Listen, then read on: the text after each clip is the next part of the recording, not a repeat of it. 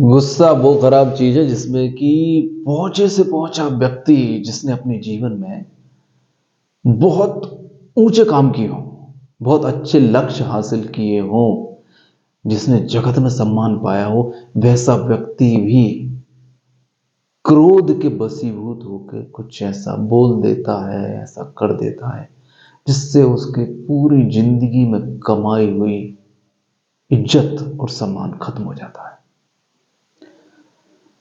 तो मैं आज आपको एक ऐसी ही सत्य घटना के बारे में बताने जा रहा हूं।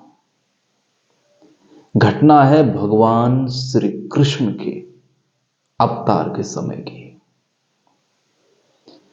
आप लोगों ने सभी ने महाभारत देखा होगा, सुना होगा, अधिकतर लोगों ने।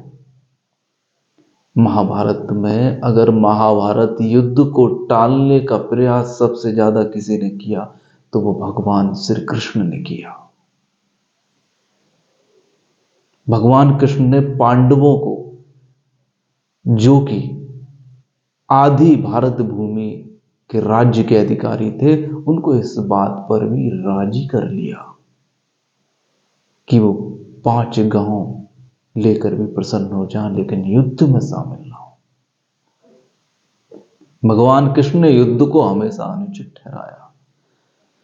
भगवान कृष्ण दुर्योधन के घर पांडवों के दूत बनकर भी पहुंच गए कि सिर्फ युद्ध ना हो, जहां उन्हें अपमानित होना पड़ा। दुर्योधन ने उन्हें बंदी बनाने की कोशिश की, लेकिन इस सब के बाद भी जब कौरव युद्ध हार गए, कौरवों को तो युद्ध हारना ही था क्योंकि वो अधर्म के साथ थे और पांडव धर्म के साथ थे, और धर्म की विजय तो अधर्म पर होगी, होके ही रहेगी। कष्ट भले ही उठाने पड़े, समस्याएं भले ही झेलनी पड़े, लेकिन धर्म तो जीतेगा ही। तो जब महाभारत युद्ध समाप्ति की ओर था तो माता गांधारी को मिलने भगवान श्री कृष्ण उनके शिविर में पहुंचे।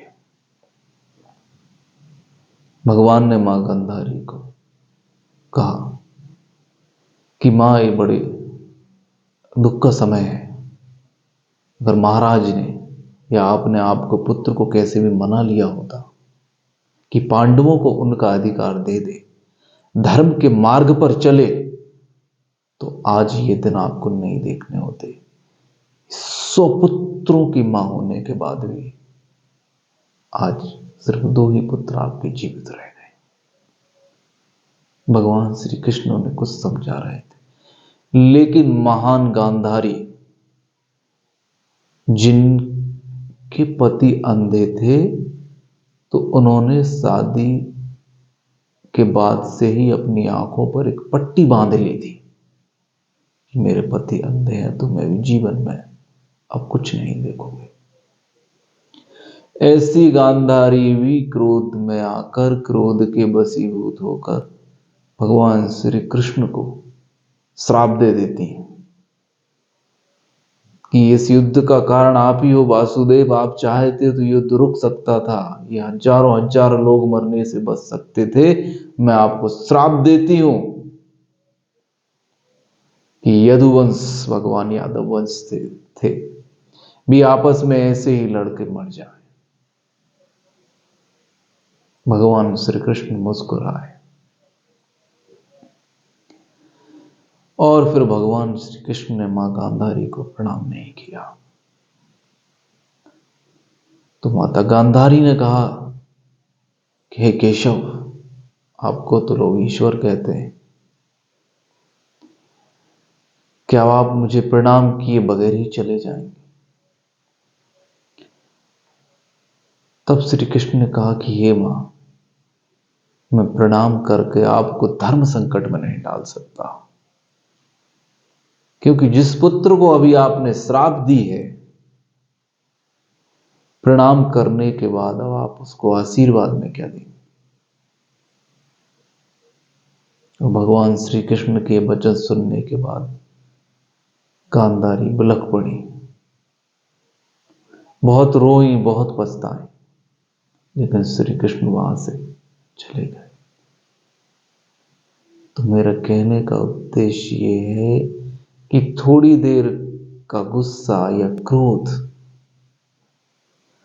आपके सारे जीवन की तपस्या, मान, प्रतिष्ठा सबको खत्म कर सकता है।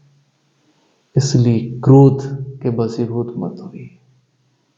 क्रोध आने पर थोड़ा धैर्य दिखाइए, रुकिए।